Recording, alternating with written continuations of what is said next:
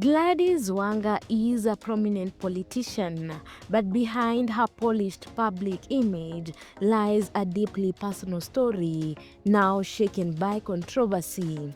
As the sitting governor of Homa Bay County and one of Kenya's most influential female leaders, Wanga's rise has been defined by fierce determination and strategic brilliance, but recent events have cast a heavy shadow over her political journey and private life. Welcome to TMN Media, and remember to subscribe. Now, at the center of it all is her husband, George Wanga, reserved, principled, and largely absent from the public limelight. George has long been described as the silent force behind Gladys Wanga political success. Their love story began decades ago, back in their university days at Kenyatta University. She studied health management. He pursued banking and finance. They fell in love, got married in 2005, and built a home together, blessed with 2 children. To many, George Wanga has been the dependable anchor in Gladys Wanga turbulent political waters. During the 2022 election, he was seen rallying support for her gubernatorial bid, often joining her on campaign trails, cheering on her quietly but confidently. In one memorable rally, the governor fondly recalled how George once rescued her during a flood in Kano Plains, describing him as a man who braved the storm for love. The antidote captured the admiration of many Kenyans, but in early 2025, George Wanga stepped into the public service himself when he was appointed by President William Ruto as chairperson of the Energy and Petroleum Regulatory Authority, EPRA. His 3-year term was gazetted officially in mid-January, a move many interpreted as symbolic of the Wanga's family growing influence both locally and nationally. Then came the scandal.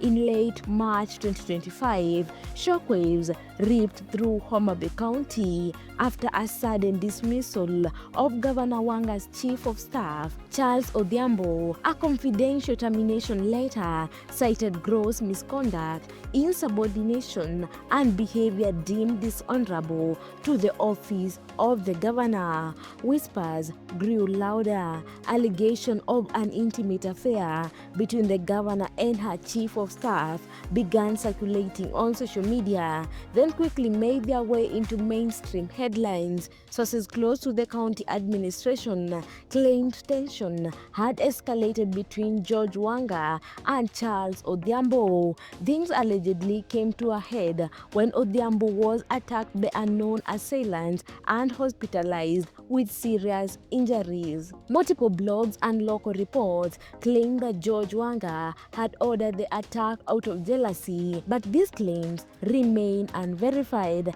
The governor's camp has since dismissed the affair allegation as false, politically motivated, and maliciously timed. Still, questions linger. Why was the chief of staff dismissed so abruptly? Was the due process followed? And most importantly, was the alleged affair real? Human rights activists and legal representatives have demanded answer, filing official petitions under the Access of Information Act to clarify Odhiambo's dismissal and his current status.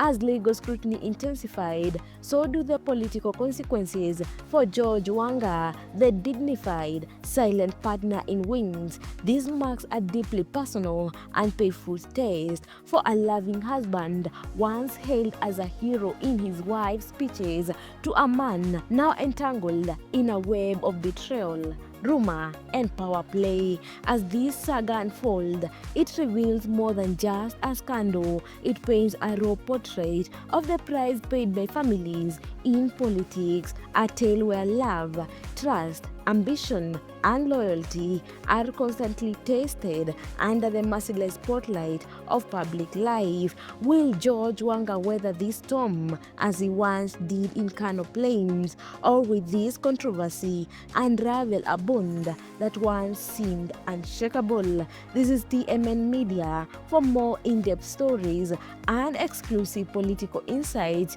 from across Kenya, don't forget to like, share, and subscribe. Hit the bell icon to stay updated.